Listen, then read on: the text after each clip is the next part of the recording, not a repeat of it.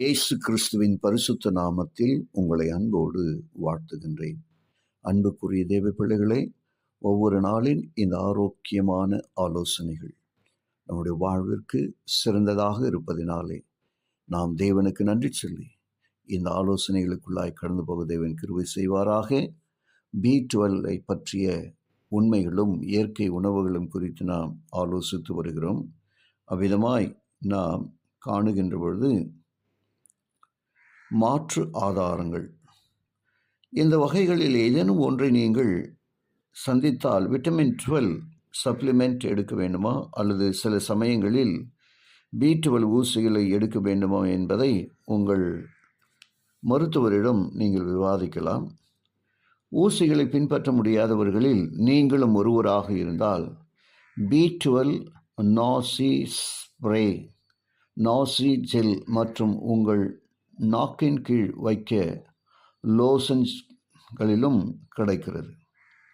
அதிர்ஷ்டவசமாக விட்டமின் 12 உடலின் பல செயல்பாடுகளில் இன்றியமையாத பகுதியாக இருப்பதால் டாக்டர் அவாலா ஹோப்ஸ் கூறுகிறார், உடல் அதை சேமித்து வைத்து மறுசுழற்சி செய்கிறது மற்றும் ஏற்கனவே உள்ளதை தொங்கவிடுவதில் மிகவும் பயனுள்ளதாக இருக்கிறது.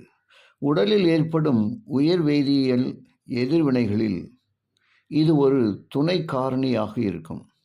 டாக்டர் ட்ரேசி கூறுகிறார், அதாவது அது அவ்வளவு அழிக்கப்படவில்லை, அது மீண்டும் பயன்படுத்தப்பட போகிறது, ஆனால் இறுதியில் இது தீர்ந்துவிடும். விட்டமின் B12 தான் இதன் மூலம் இங்கே குறிப்பிடப்பட வேண்டும். அது உணவில் விட்டமின் B12 பெறுவதற்கான நம்பகமான வழி சைவ உணவு உண்பவர்களுக்கு புதிய பழங்கள் மற்றும் காய்கறிகள் நன்கு தேய்ப்பதை தவிர்ப்பது என்று சிலர் நினைத்தனர்.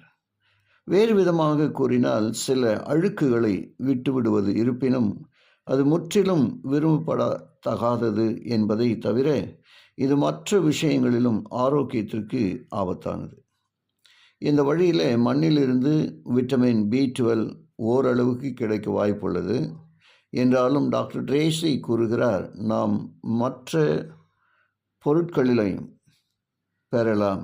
உதாரணமாக ஈ கோலை மற்றும் டெட்டனஸ் வேறு என தெரியும் போதுமான அளவு கழுவப்படாத விளைபொருட்கள் பரிந்துரைக்கப்படவில்லை. எனவே B12 பெற சிறந்த வழி எது?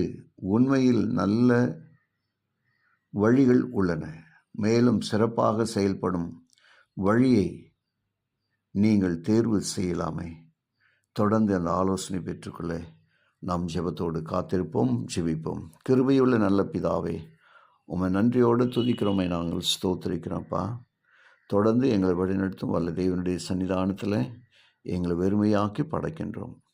ஒருவேளை நாங்கள் கற்றுக்கொள்கின்ற ஆலோசனைகள் சற்று கடினமாக காணப்பட்டாலும் இதை லகுவாய் புரிந்து கொள்ளும் நல்ல உணர்வுகளை உடைய பிள்ளைகளுக்கு நீ தாரும். இயேசுவின் வழியாக ஜெபிக்கிறேன் நல்ல பிதாவே, ஆமென்.